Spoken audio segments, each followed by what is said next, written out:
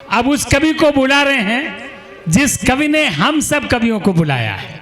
प्रयाग की धरती पर सब लोग बैठे हैं। किसी रचनाकार ने दो पंक्तियां लिखी कि हर शिखर में, दादा प्रकाश जी, हर शिखर में सरित के उद्गम नहीं होते, हर शिखर में सरित के उद्गम नहीं होते, सांत्वना के कुछ पल भी कम नहीं होते, डूबना आकंठ प्राणों का जरूरी है, पांव धोने के लिए संगम नहीं होते।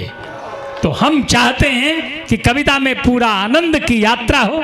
हास्य और व्यंग का वो रचनाकार जो पूरे देश में अपनी कविता के लिए जाना जाता है और विगत कई वर्षों ने भाई लेखपाल संघ ने ये कवि सम्मेलन कराने का बीड़ा नजर इलाहाबादी जी को दिया है। हमारे मंच पर हैं वो। एक बार जोरदार तालियों के साथ अपने हास परिहास मुक्त को और अपनी समर्थशाली कविता के साथ पंडित नजर इलाहाबादी।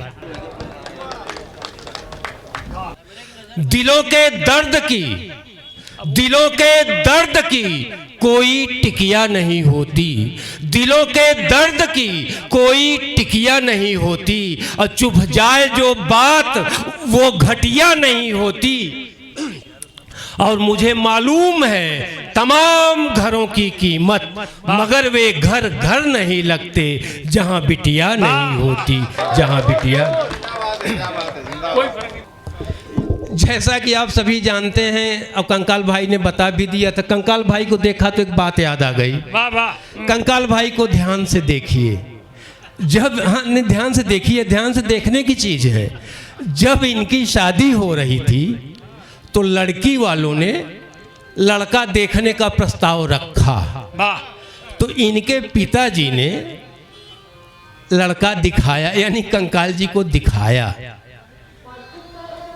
तो इनके पिताजी ने पूछा कि भाई साहब, लड़की के पिताजी से कि भाई साहब आपने लड़का देख लिया? तो बोले यार आप हमको बेकार दिखा दिए। अरे इसे तो किसी डॉक्टर को दिखाना चाहिए। अच्छा है, वाह। देखिए, जैसा कि अभी सतीश भाई ओज की कविता बहुत जोर जोर से पढ़ रहे थे, चिल्ला चिल्ला के पढ़ रहे थे। पहले मैं भी राष्ट्रभक्ति पढ़ता था, लेकिन मेरी पत्नी ने मुझको मना कर दिया। उसने कहा तुम राष्ट्रभक्ति मत पढ़ा करो। हमने कहा क्यों न पढ़ें? तो उसने कहा पढ़ोगे तो चिल्लाओगे। मैंने कहा राष्ट्रभक्ति तो चिल्ला के पढ़ी जाती है। तो उसने कहा तुम मेरे हर काम में टांग अड़ाते हो। अरे जब घर पर चिल्लाने के लिए मैं हूं तो तुम काहे चिल्लाओगे? और मैं पत्नी की बात मान गया। तो वकील साहब इतना सीरियस होने की बात क्या है? जैसे ही मैंने कहा मैं पत्नी की बात मान गया, वकील साहब सीरियस हो गए। अरे सर, कितने बड़े पद पे पहुंच जाओ, हाई कोर्ट नहीं सुप्रीम कोर्ट में करो वकालत, लेकिन घर पर सबकी वही स्थिति है जो मेरी है। थोड़ा सा मैं बेसमय खड़ा हुआ, थोड़ा ताली बजाएंगे तो मेरा थोड़ा सा खुलेगा। मैं पत्नी की बात मान गया, अब मानूं भी क्यों ना। आजकल तो मैं अपनी पत्नी की बात सर इतना मानने लगा हूँ, इतना मानने लगा हूँ कि इलाहाबाद में जब भी कवि सम्मेलन होता है मैं अपनी पत्नी को साथ लेकर के जाता हूँ। साथ इसलिए भी लेके जाता हूँ कि मैं तो थोपड़ा जैसा हूँ, लेकिन मेरी पत्नी आज भी बहुत खूबसूरत है। वो जहाँ रहती हैं एकदम चमकती रहती हैं, रात होता तो दिखती रहती। अब आज भी मैं यहाँ लेखपाल संघ के प्रांगण में लेकर के आया हूँ। सागर भाई, आज भी मैं अपनी पत्नी को लेके यहाँ आया हूँ, वो एकदम पीछे बैठी हुई हैं। कहाँ देख रहे हो यार? अरे मैं झूठ बोल रहा हूँ मेरे भाई, मैं पत्नी को लेके नहीं आया हूँ, मैं झूठ बोल रहा हूँ। चलिए, अभी 4 दिन पहले की बात है, जब ठंडक खूब पड़ रही थी, अब तो गर्मी लगने लगी। भाई साहब, मैं रात को 1 बजे अपने घर पहुंचा और जैसे ही दरवाज़ा खोला और हाथ में साल लिए थे, प्रतीक चिन्ह लिए थे, माला तो नहीं लिए थे। जैसे ही दरवाज़ा खटखटाया, मेरी पत्नी ने दरवाज़ा खोला और दरवाज़ा खोलते ही पत्नी बोली, सुन ऐ नजर इलाहाबादी, पत्नी बोली सुन ऐ नजर इलाहाबादी, अरे तुमने तो सरेआम मेरी नाक कटा दी। मैं घर में पड़ी रहूं अब बाहर तेरा हो सम्मान, और पत्नी के सम्मान का तुझे नहीं कुछ ध्यान, अरे तुझे नहीं कुछ ध्यान तो अब बाहर ही खड़े रहो और सम्मान ही ओढ़ो और बिछाओ, यहीं सुबह तक पड़े रहो। भैया इतना ही नहीं कहती है पत्नी, और कुछ भी कहती है। अभी तो भाई साहब कहने लगी कि हमसे तोहार शादी हुई है, दूसरे से भाई होते तो तोहार ठिकान न लगते। हाँ भैया आप हंस रहे हैं, आपके साथ भी हुआ क्या? हाँ नहीं लग रहा है, हंसता तो वही नहीं जिसकी समझ बात याद। हमारी पत्नी ने कहा कि अगर हम न हो तो तोहार ठिकान न लगत। तो मैंने उसको जवाब दिया 4 पंक्तियों में, अगर आप कहें तो हम 4 पंक्तियां सुना दें वो जवाब। भैया सुनिएगा, एकदम नया है, सुनिएगा। हमने कहा अगर लड़के नहीं होते तुम्हारे हाल क्या होते, अगर लड़के नहीं होते तुम्हारे हाल क्या होते, लिए तुम घूमती यूं ही भला जयमाल क्या होते, लिए तुम घूमती यूं ही भला जयमाल क्या होते। तुम्हारी आँख हो चाहे किसी भी जाल से बढ़कर, तुम्हारी आँख हो चाहे किसी भी जाल से बढ़कर, अगर फंसता नहीं मैं खुद तो फिर ये जाल क्या होते। चलिए मैं भैया व्यंग की कविता सुनाना चाहता हूँ। हंसाने को तो सब हंसाए, समय भी कम है, मैं व्यंग की कविता सुनाना चाहता हूँ। आप चाह रहे थे भाई बहुत, भाई कै साल के हो?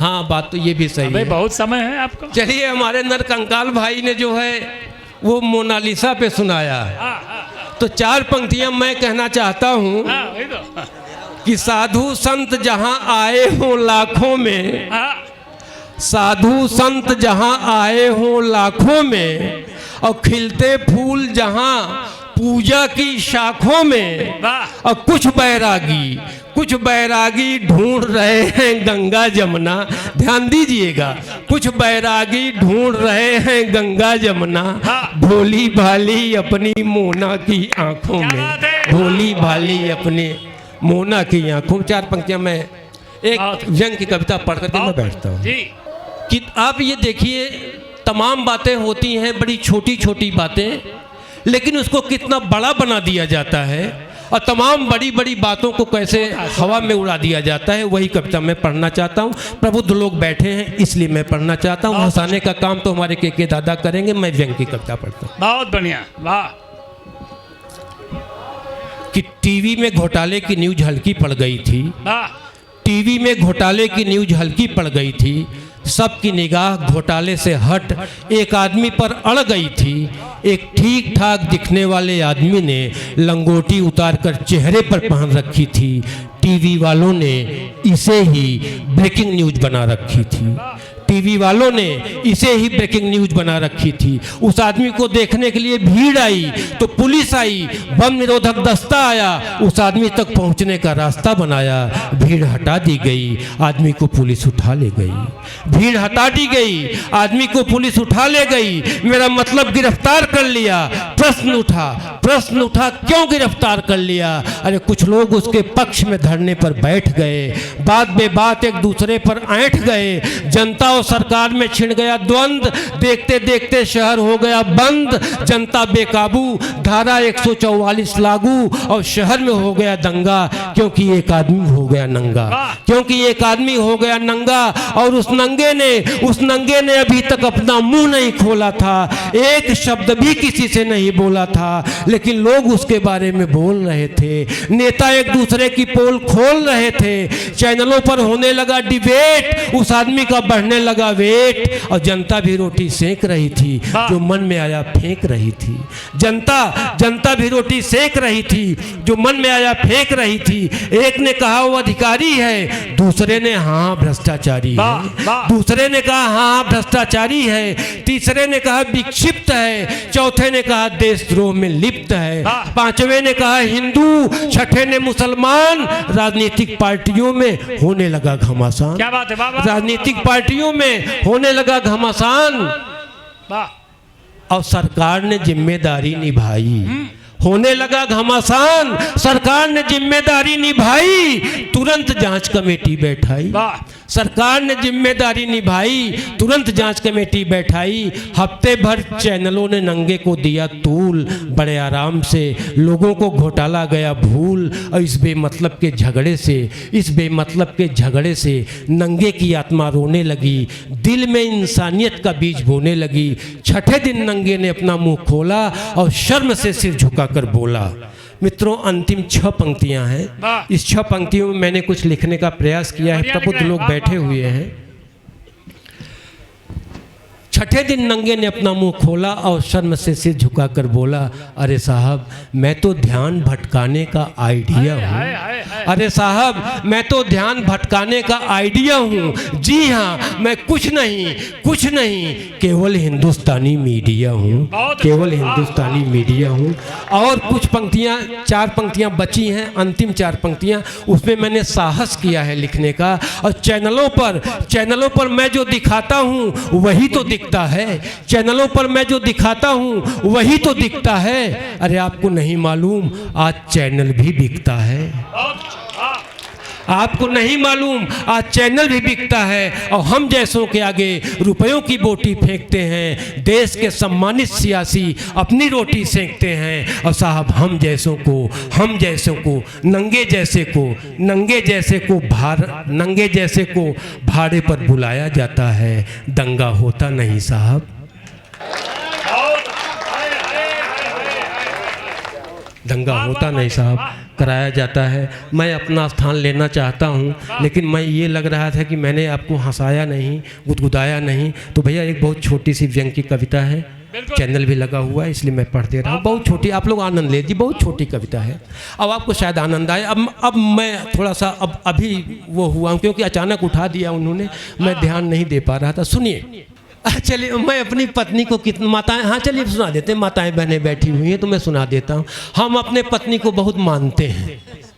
अब ये मैं कई बार बता दिया। जिन उधर लड़के पीछे बैठे हुए जिनकी शादी नहीं हुई है वो थोड़ा ज़्यादा ध्यान देंगे क्योंकि बाद में उन्हें करना है। हम एक बार, ये पिछला कुंभ जब लगा था उसकी घटना बता रहा हूँ। उस समय ई रिक्शा नहीं था, पाउडुल वाला रिक्शा था। तो एक बड़ी कविता का एक अंश आपके कहने पर सुनाता हूँ। यही लोग तो बुलाते हैं, नहीं सुनाएंगे तो अगले साल नहीं बुलाएंगे। सुनिए, हम भी गए नहाने संगम क्या बतलाएं आपसे। हम भी गए नहाने संगम क्या बतलाएं आपसे। पत्नी ने था ठेल दिया, हम गए न अपने आप से।